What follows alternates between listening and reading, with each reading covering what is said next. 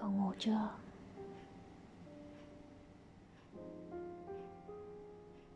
Tớ khó ngủ quá.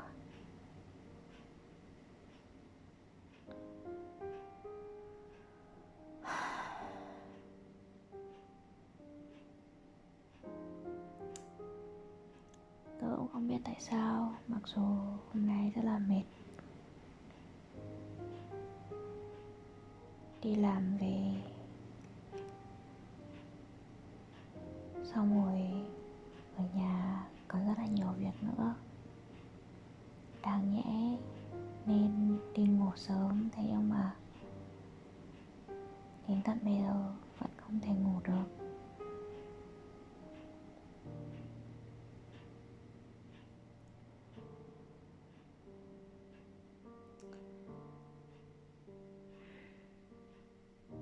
Cậu có thấy cuộc sống này khó khăn không? Ý tôi là chúng ta cảm thấy mệt mỏi, chán nản với những gì mà cứ lặp đi lặp lại hàng ngày.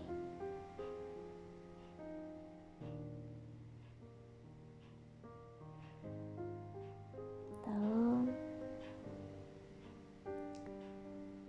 đang không thích cuộc sống của tớ như bây giờ. Lần trước tớ có tâm sự với cậu là tớ cảm thấy rất là bình yên và tớ rất thích từng ngày của mình, phải không? Nhưng mà đến hôm nay thì tớ không cảm thấy như vậy nữa. Ý tớ là thời điểm hiện tại, khoảng thời gian này, mọi việc của tớ đi chệch hướng và tớ cảm thấy mình muốn dừng lại tất cả.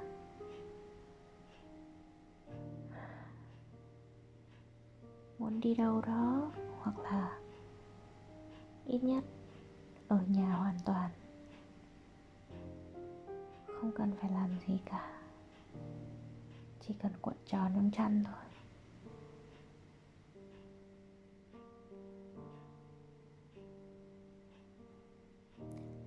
Thế nhưng mà đâu có thể làm được việc đấy đâu.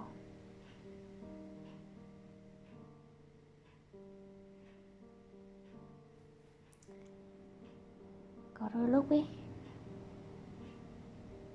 tớ muốn dừng lại tất cả những gì mà mình đang làm, sau đó trốn lên một nơi nào đấy không có ai, hoặc là như kiểu trốn đi xa đâu đó ấy, để mình có thời gian riêng cho mình. Tớ biết có một khóa thiền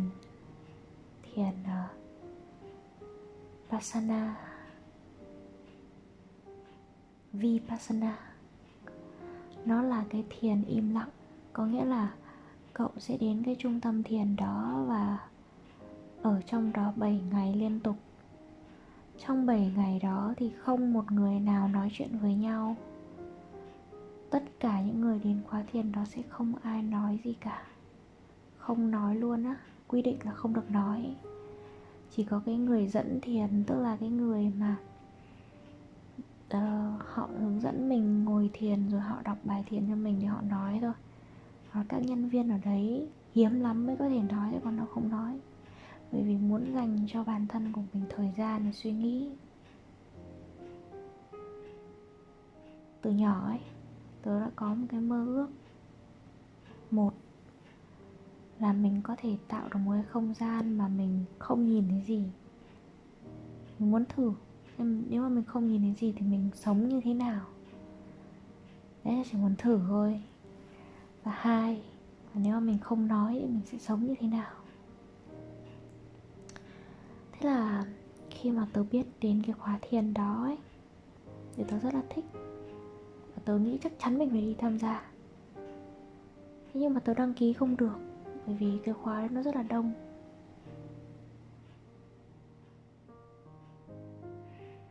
Rồi dạo trước ấy, tớ có đọc trên One Way Radio và tớ thấy họ phân tích rằng là những cơ đốc nhân thì không có nên tập thiền. Bởi vì khi mà mình tập thiền thì đầu óc mình sẽ trống rỗng. Khi trống rỗng không có sự dẫn dắt của Đức Thánh Linh, hoặc là khi mình không nghĩ ngợi gì cả, thì rất dễ để cho ma quỷ xâm nhập vào và điều khiển mình. Giống như là kiểu cậu không nghĩ gì cả, và rồi thì cậu cảm thấy khó chịu, và những cái suy nghĩ nó đen tối, rồi những cái việc làm nó không tốt nó nảy lên trong cái ý nghĩ của mình á.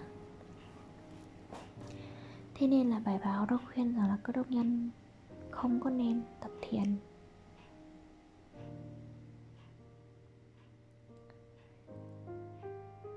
Tớ cũng không biết nữa, nhưng mà tớ rất muốn có một cái không gian như vậy. Này, cậu đã bao giờ thử im lặng chưa? Tức là ngồi im, không nói gì cả. Có những lúc ấy, tớ đã rất là muốn thử cái cảm giác là mình ngồi im, không nói gì, cũng không nghĩ gì. Thế nhưng mà khó lắm. Hồi mà trước khi đến với Chúa ấy, thì tớ có tập thiền. Tập thiền thì mình sẽ phải để cho cái đầu mình không nghĩ gì, rồi mình không nói gì, cả người mình cứ bất động như vậy. Tớ cảm thấy lúc đấy như kiểu bị cầm tù ấy. Đầu tớ mặc dù muốn là không nghĩ gì, thế nhưng mà nó vẫn cứ nghĩ. Nó nghĩ linh ta linh tinh thôi. Thế nhưng mà đau đầu lắm. Ôi, cứ nghĩ cảm giác đấy là tớ thấy sợ. Thế nhưng mà nếu như mình ngồi yên một chỗ thì sẽ cảm thấy rất là khó chịu. Còn mình đi lại và hoạt động bình thường nhưng không nói gì thì sao? Tớ vẫn rất là muốn được thử cảm giác đấy.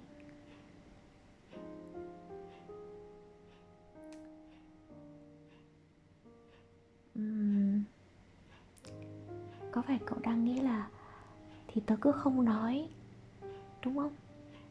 Nhưng mà tớ không nói là một chuyện, những người xung quanh của tớ lại vẫn nói cơ, nên là mất tập trung lắm. Hơn nữa, nếu mà mình chỉ có ở trong phòng của mình một mình, không nói gì thì nó chưa là cái vấn đề to tát. Mình phải ở trong một cái không gian mà đông người nhưng mà không ai nói với ai câu gì ý. Đó, cảm giác đấy mới hay.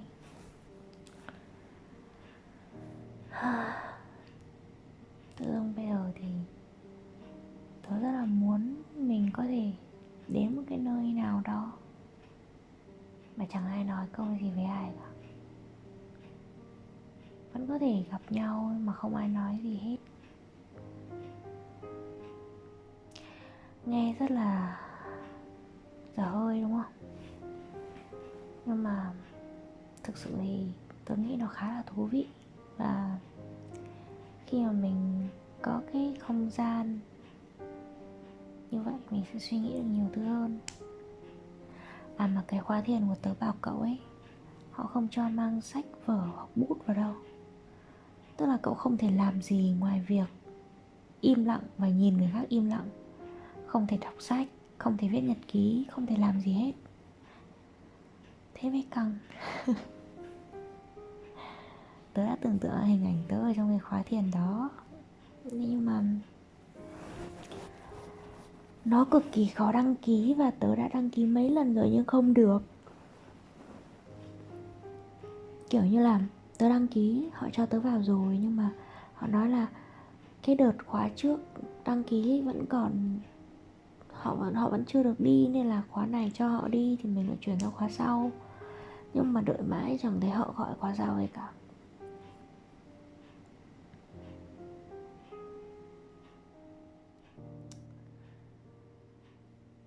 Dù sao thì mình cũng không có nên tập thiền. Với bản thân tớ thì tớ cảm thấy mình không hợp, bởi vì nó rất đau đầu.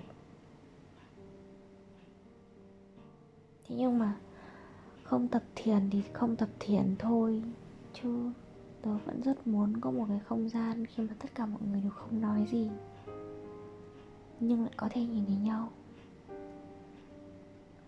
Tớ biết là nghe rất là ngớ ngẩn, thế nhưng mà cậu hiểu đấy. Đó là một trong số những cái mong muốn của tớ từ hồi tớ còn bé bé.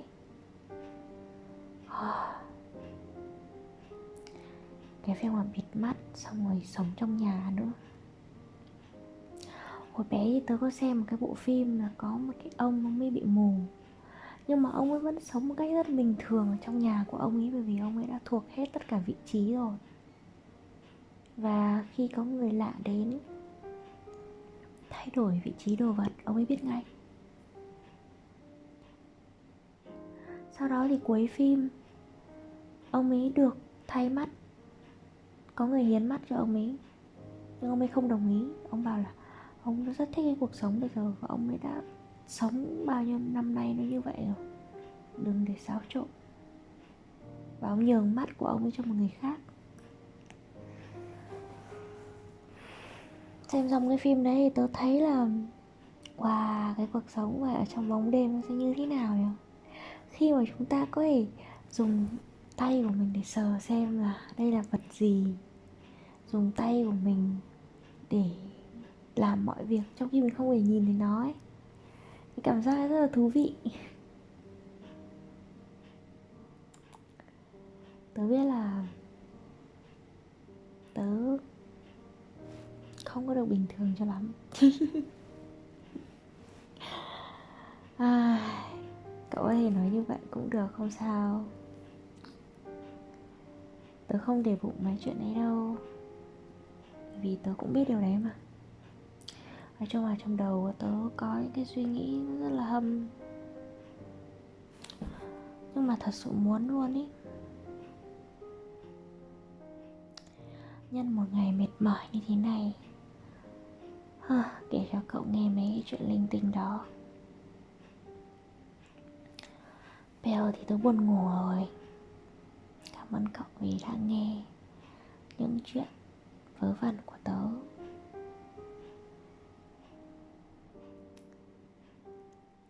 Nói thật là khi mà trò chuyện với cậu ấy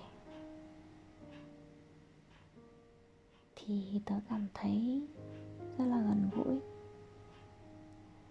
giống như là cậu đang ở bên cạnh và lắng nghe tớ vậy. Cảm ơn cậu, bởi vì cậu đã ở đây. Chúa ban phước cho cậu. Tớ đi ngủ đây. Bye bye.